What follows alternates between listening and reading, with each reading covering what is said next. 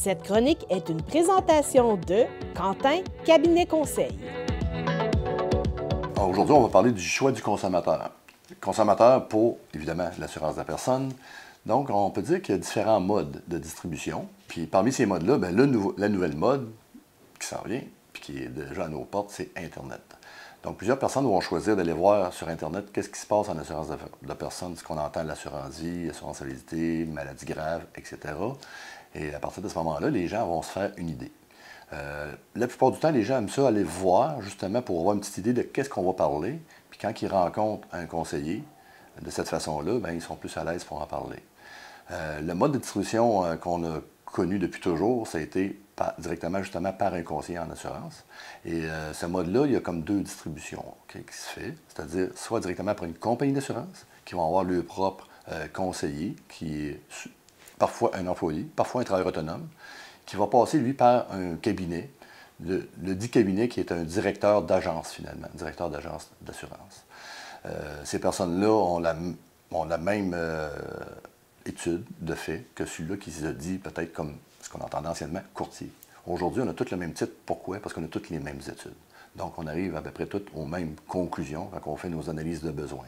Fait que ce soit une personne qui travaille pour une compagnie comme l'Industrielle Alliance, Sun Life, etc., ces gens-là vont passer par le même processus, faire l'analyse des besoins et ensuite faire les recommandations nécessaires.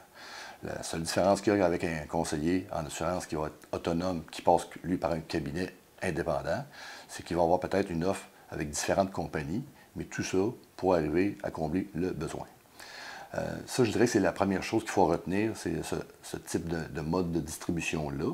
Et aussi, évidemment, les gens sont libres d'aller à une place ou à l'autre, et même de choisir, de rencontrer des fois un, deux ou trois conseillers, selon le temps que vous avez à votre disponibilité. Parce que je vous dirais, le plus important, c'est de faire affaire avec quelqu'un que vous allez avoir confiance en cette personne. Donc, que la personne travaille pour une compagnie ou plusieurs compagnies, l'important, c'est de faire affaire avec quelqu'un avec qui vous vous sentez à l'aise, puisque vous savez que vous êtes en confiance, puis qui va faire une bonne job pour vous. Maintenant, quand on dit que le conseiller peut faire affaire avec plusieurs compagnies, jamais qu'il va passer directement par une compagnie. Il va passer par un cabinet obligatoirement.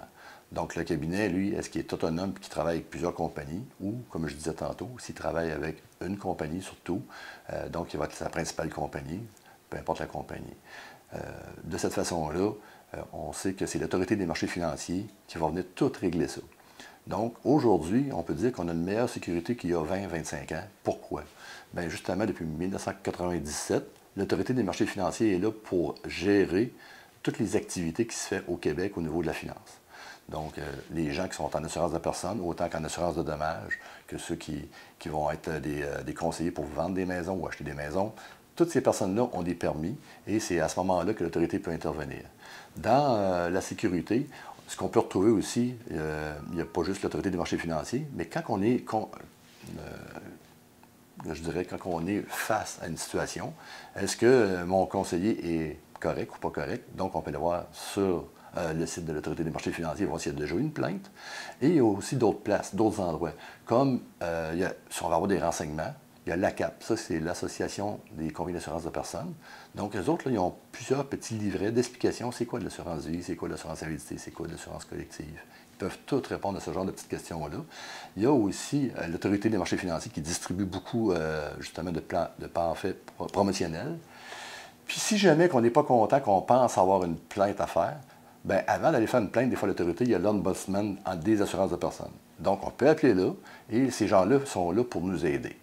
Et finalement, il y a l'Autorité des marchés financiers. Puis on peut toujours prendre l'information aussi comme la revue Protégez-vous, de ce genre de choses-là. Donc, il y a plein de places pour avoir des renseignements et finalement être en sécurité financière tout au long de notre vie par différents intervenants.